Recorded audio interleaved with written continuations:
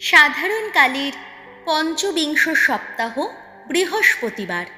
প্রথম পাঠ উপদেশকের বাণী গ্রন্থ, 1 অধ্যায়, পদ সংখ্যা 2 থেকে 11। এখানে সূর্যের নিচে নতুন বলে কোনো কিছুই নেই। উপদেশক বলছেন নিতান্তই অসার, নিতান্তই অসার, সবই অসার। এই যে মানুষ সূর্যের নিচে এখানে এত কষ্ট, এত পরিশ্রম করে, তাতে তার কী বা লাভ হয়? একটা যুগ যায়, আর একটা যুগ আসে, কিন্তু জগৎ সে তো চিরস্থায়ী। সূর্য ওঠে, সূর্য ডোবে, সে আবার নিজের জায়গাতেই ছুটে ফিরে যায়, সে আবার ওঠে। বাতাস দক্ষিণ দিকে বয়ে যায়, ঘুরে আসে উত্তর দিকে, সে ঘুরেই চলে, ঘুরেই চলে। বাতাস বারবার তার সেই একই চক্রপথে ঘুরেই চলে। সমস্ত নদী সাগরেই যায়, কিন্তু তবুও সাগর জলে ভরে ওঠে না কখনো। সব নদী যেখান থেকে বইতে শুরু করে, আবার সেখানেই বয়ে ফিরে আসে। সব কিছুই শেষে ক্লান্তি জাগায় মনে। সে কথা মানুষ ভাষায় বোঝাতেও পারে না। দেখে দেখেও তৃপ্ত হয় না চোখ, শুনে শুনেও ভরে ওঠে না কান। যা ঘটেছে তাই ঘটবে আবার, যা করা হয়েছে তাই করা হবেই আবার। এখানে সূর্যের নিচে নতুন বলে কোনো কিছুই নেই। যদি বা তেমন কিছু ঘটে যার বিষয় বলা হয়, এই দেখো এটা কিন্তু নতুন, আসলে তা কিন্তু অনেক আগেই ঘটে গিয়েছিল। আমাদের এই যুগের আগেই ঘটে গিয়েছিল।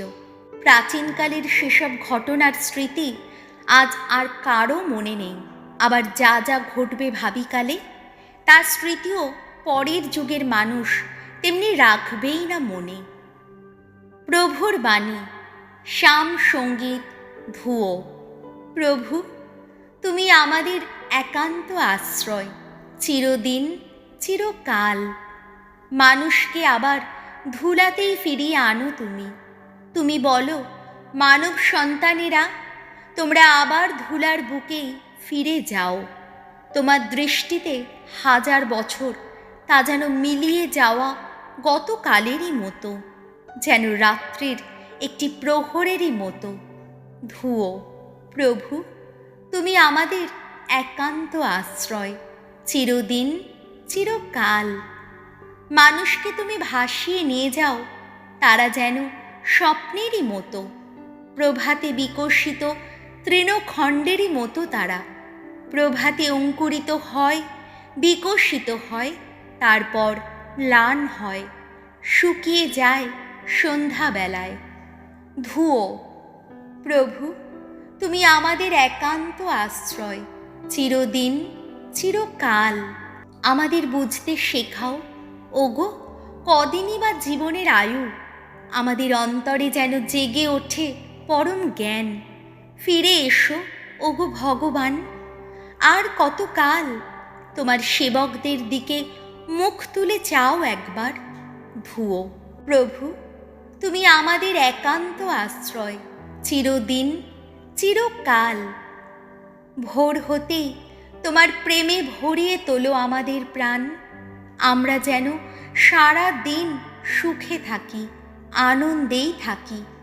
প্রভু ঈশ্বরের আনুকূল্য আমাদের ওপর যেন থাকে সারাক্ষণ। আমাদের সকল কাজ সার্থক করো, ওগো, সার্থক করো। ধুয়ো। প্রভু, তুমি আমাদের একান্ত আশ্রয়, চিরদিন চিরকাল। বাণী বন্দনা। জয় জয় প্রভুর জয়, জয় জয় প্রভুর জয়, জয় জয় প্রভুর জয়। আমি পথ, আমি সত্য, আমি জীবন। আমার মধ্য দিয়ে না গেলে কেহ পিতার কাছে যেতে পারে না। জয় জয় প্রভুর জয়, জয় জয় প্রভুর জয়, জয় জয় প্রভুর জয়। লুক রচিত মঙ্গল সমাচার 9 অধ্যায়, পদ সংখ্যা 7 থেকে 9। যিশুর আসল পরিচয় জানতে হেরোদের কৌতূহল। যিশুকে কেন্দ্র করে যা কিছু ঘটত সেই সব ঘটনার কথা সামন্তরাজ হেরোদের কানে এসেছিল। এসব শুনে তিনি কেমন বিভ্রান্ত হয়ে পড়েছিলেন, কেননা কেউ কেউ বলছিল দীক্ষাগুরু যোহন মৃতদের মধ্য থেকে বেঁচে উঠেছেন, আবার কেউ কেউ বলছিল এলিও আবার আবির্ভূত হয়েছেন। অন্য লোকেরা আবার বলছিল প্রাচীনকালের কোনো প্রবক্তাই বুঝি পুনরুত্থান করেছেন। হেরোদ তখন বললেন, আমি তো যোহনের শিরচ্ছেদ করেছি, তাহলে এই যাঁর সম্বন্ধে আমি এখন এমন সব কথা শুনছি তিনি কে? তাই যিশুকে দেখার জন্যে তার খুবই কৌতূহল ছিল। প্রভু যিশুর মঙ্গল সমাচার।